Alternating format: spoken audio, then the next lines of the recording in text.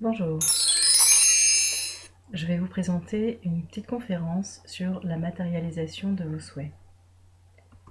Tout d'abord, qui je suis. Vous pouvez avoir les informations sur mon site internet au www.natalieogo.com. Alors tout d'abord, je vais vous expliquer un petit peu mon lien par rapport à la loi de l'attraction. Tout d'abord, la loi de l'attraction, c'est inné. On l'a tous à la naissance. Et je vais aussi vous expliquer pourquoi ça existe, comment on fait pour attirer ce qu'on veut et comment ça se fait qu'on attire ce qu'on veut pas. Alors tout d'abord, en tant qu'enfant, j'ai toujours imaginé que tout était possible. J'avais pas de limite. Et tous les enfants sont comme ça. On a toujours des rêves, des souhaits, et on imagine tout plein de choses, et tout est possible. Ensuite, adolescente, on avait un jeu au collège. Il y avait des pies dans la cour, et il fallait faire un vœu avant que les pies s'envolent. Et ça m'amusait beaucoup, et j'y croyais fortement.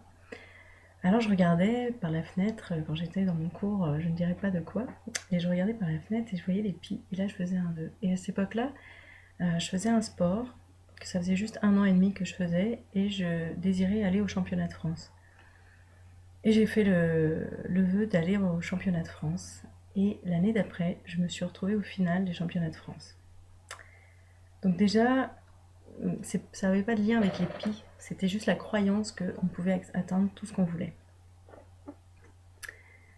Et ensuite, en 2006, j'ai rencontré un monsieur dans mes cours de naturopathie, qui enseignait la relation d'aide et qui parlait justement de la loi de l'attraction. Et il disait, mais si vous n'y croyez pas, essayez tout simplement d'imaginer quelque chose d'horrible qui peut vous arriver. Alors vous avez juste à visualiser que vous allez avoir le cancer, vous allez avoir un accident de voiture. Et là, tous dans la salle, on était là, mais non, on n'a pas envie de penser ça. Alors je me suis dit, ouais, il a peut-être raison, peut-être que ça existe. Et là, j'ai commencé. Je me suis dit, bon, on va commencer par quelque chose de simple. J'habite à Montréal. Et quand il neige, je vous dis, c'est vraiment la vraie galère pour trouver une place en plein Montréal. Gratuite en plus. Et là, j'ai dit, bon, je vais faire avec le stationnement, ça va être simple. Quoi qu'il arrive, partout où je vais, quand je me déplace avec ma voiture, je trouve un stationnement entre 5 à 10 minutes à pied du lieu où je vais, et c'est gratuit et légal, évidemment. Alors, j'ai commencé à faire ça. Et là, je me suis rendu compte, j'ai fait, oh waouh, j'ai des places de stationnement à chaque fois, tout le temps. Même au centre-ville, je trouve toujours une place gratuite. Les gens se disent, mais comment tu fais? Mais je sais pas. J'ai juste demandé. Ça arrive. J'ai aussi, après 2006, j'ai cherché aussi un appartement à acheter. Et c'est pareil, j'avais fait une liste assez longue de toutes les caractéristiques que je voulais, mais c'était assez précis et c'est marrant parce que les gens me disaient, mais c'est impossible de trouver un appartement en dessous de 200 000 dollars pour les caractéristiques que tu veux. Bord de l'eau, terrasse, 2 chambres, en face du métro. Bon. En fait, en effet, il n'y en avait pas beaucoup, mais j'en ai eu un. J'ai mis 2 semaines et j'ai trouvé, j'ai signé. Donc tout ça pour vous dire que j'ai commencé à tester la loi dans tous les sens et parfois, ça arrivait que ça marchait pas. Ou parfois, ça prenait beaucoup plus de temps. Il faut juste évaluer un petit peu qui on est, ce dont on a vraiment besoin et quelle est notre destinée en fait. Voilà. Donc, comme je vous disais tout à l'heure, la loi de l'attraction, c'est inné, intuitif et spontané. On attire ce qu'on désire. Donc si je désire, je sais pas moi, partir en vacances cet été en France, je vais visualiser, je vais attirer des bons rabais peut-être pour aller en France ou quelque chose comme ça. Ça crée notre environnement aussi. La loi de l'attraction crée l'environnement dans lequel on est. Si notre environnement nous déplaît, c'est nous qui l'avons attiré. Même si on ne l'aime pas, on l'attire consciemment ou inconsciemment. Et ça nous permet de réaliser aussi tout ce que nous créons d'indésirable. Donc comme je vous disais, si on a un environnement qui ne nous plaît pas, si on est entouré de personnes manipulatrices par exemple, est-ce que nous on est manipulateurs? Pas forcément. Est-ce que le monde est injuste? Non, pas du tout. C'est tout simplement que nous créons par des peurs de la manipulation ou par un travail qu'on a à faire sur nous, on va créer une vibration qui va attirer des gens qui vont nous manipuler. Et aussi, c'est un point clé pour l'auto-guérison. Parce que on attire des vibrations qui peuvent nous rendre malades pour qu'on comprenne ce qu'on a à travailler. Donc si on arrive à comprendre le message de la maladie, alors ça nous permet de nous auto-guérir. Évidemment, se réaliser pleinement, toujours en lien avec le plan de vie qu'on a sur la Terre.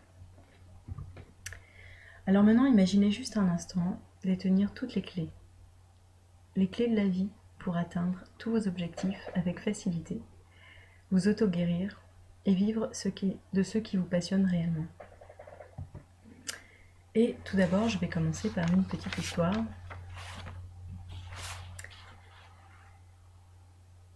Alors, c'est l'histoire d'un petit garçon qui marchait tranquillement dans la rue, seul, pour aller à la piscine.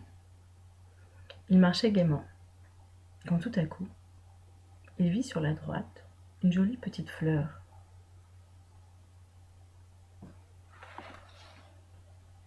Il s'arrêta pour l'observer de plus près et voulait la ramasser pour la montrer à sa mère. Mais lorsqu'il cueillit la fleur, celle-ci fana aussitôt. Un vieil homme barbu, non loin de là, s'approcha de lui et lui dit « Hey, petit enfant, voudrais-tu des centaines de fleurs comme celle-ci » Et le petit enfant répondit « Mais ce n'est pas possible, ça n'existe pas des fleurs comme ça. La seule qui existait, je l'ai faite faner en l'accueillant. » Le vieux bonhomme lui dit alors « C'est moi qui ai planté cette fleur. Veux-tu que je te donne mon secret ?» Le petit garçon hocha la tête, curieux de savoir comment faire pousser une si belle fleur, qui pourtant n'existe même pas chez les fleuristes. Le vieux bonhomme ajouta même « Sais-tu que tu pourras créer des millions de fleurs comme celle-ci, et voire même des milliards ?» Le petit enfant, les yeux grands écarquillés, se demandait si cela était possible, mais il était prêt à écouter les conseils du vieux monsieur barbu.